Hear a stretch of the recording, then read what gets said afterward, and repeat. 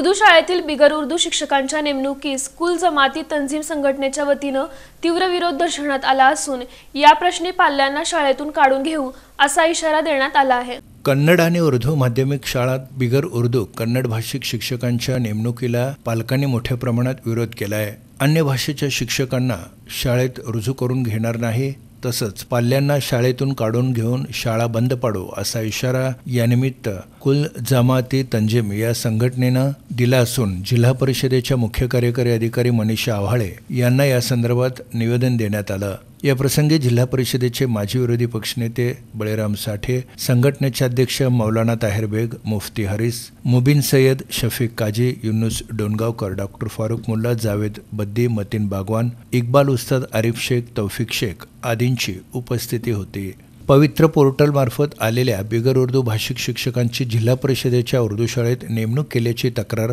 करण्यात आली असून पालकांनी कुल जमाती तंजीम संघटनेच्या नेतृत्वाखाली एकत्रित येत हे निवेदन दिलं। त्यांनी भेटून उर्दू शाळेची जी अवस्था आहे, शिक्षकाविना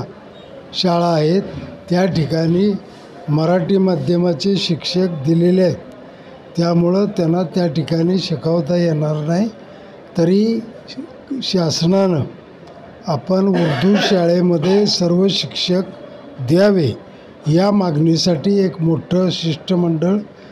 या ठिकाणी आम्ही सगळे शिव मॅडमला भेटलो आणि या सर्व उर्दू शाळेच्या शिक्षकाविना जी परिस्थिती आहे ती त्यांच्यासमोर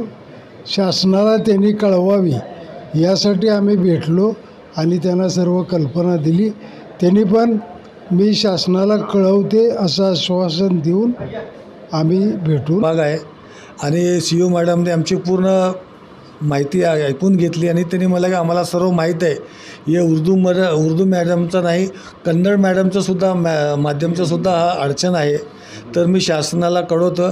आणि जे काही आपली समस्या आहे ते शासनाकडून दूर होतील अशी अपेक्षा त्यांनी आम्हाला दिलेली आहे। समजा काका, या प्रसारच्या माध्यमातून अशी मी विनंती करतो की ह्या निर्णयाच्या विरोधात या निर्णयाचा विरोध आम्हाला झाला नाही तर आम्ही तीव्र आंदोलन करून शहरामध्ये आमच्या जे होणाऱ्या विद्यार्थ्यांना जे नुकसान आहे ते नुकसान